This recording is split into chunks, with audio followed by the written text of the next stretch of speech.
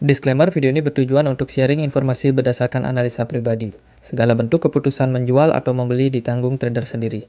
Jadi lakukan research kalian sendiri sebelum mengambil keputusan. Sudah siap? Mari kita mulai.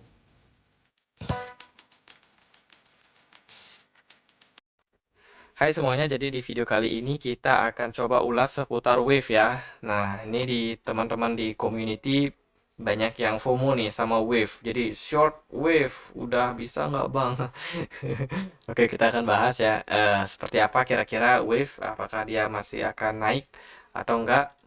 Jadi again, pertama-tama teman-teman harus pahami bahwa setiap analisa itu bisa salah, bisa aja nggak berjalan sesuai dengan ekspektasi kita atau yang kita analisa. Cuman di sini kita akan mencoba untuk memanfaatkan peluang-peluang yang mungkin tercipta daripada pola-pola dari pergerakan harga Wave. Bila mana nanti ada yang menarik, tentunya akan aku informasikan. Oke, selalu diar ya teman-teman. Di sini aku coba untuk cari dulu area-area support resistance yang bisa membantu kita dalam melihat pergerakan dari wave sendiri. Kalau kita lihat memang wave ini sudah mengalami penurunan yang sangat signifikan. Terlebih ketika kita lihat dia dari all time high-nya itu ada di kisaran 63 dolar dan saat ini itu hanya ada di kisaran 9 dolar. Bahkan kemarin sudah pernah drop sampai ke 4 dolar. Penurunannya sebesar 93%. Jadi sini udah dalam banget dan sekarang wave itu bisa dibilang sudah berhasil untuk menembus area resistance di kisaran 8,8 dolar.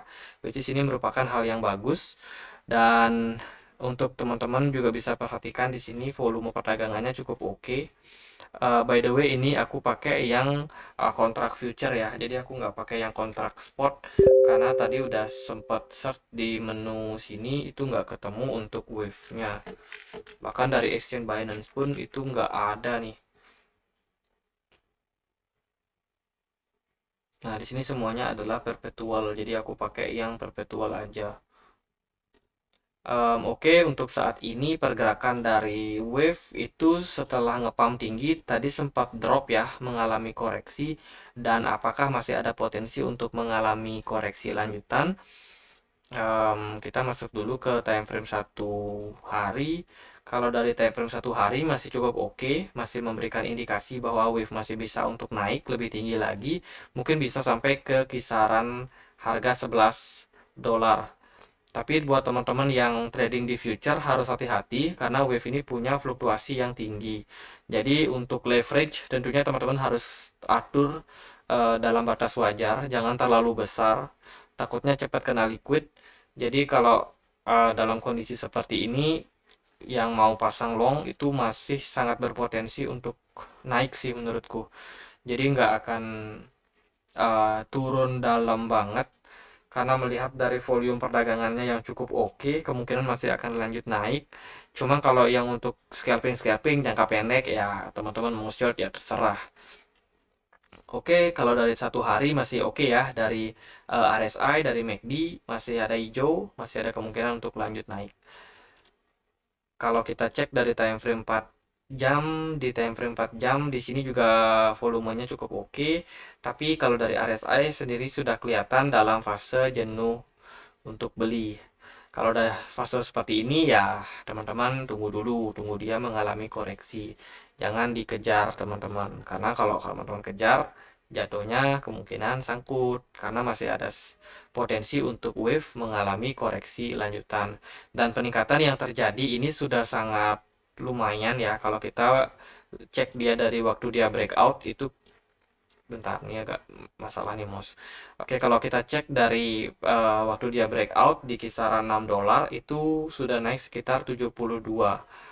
Kalau misalkan kita cek dari yang paling bawah itu sudah ya 151%. Jadi nggak heran kalau banyak yang FOMO. Tetap hati-hati, cuman dalam posisi sekarang itu sudah termasuk cukup aman karena wave sudah breakout dari area resistance atau support yang menjadi support saat ini itu di kisaran 8,555 dolar. Jadi ya mungkin kita akan melihat wave bisa sideways dulu di kisaran area saat ini di 8,5 sampai 9 dolar, itu merupakan tanda yang baik. Sembari kita menunggu ini dari RSI sendiri memberikan indikasi penurunan. Satu lagi aku coba cek dia dengan Ichimoku Cloud.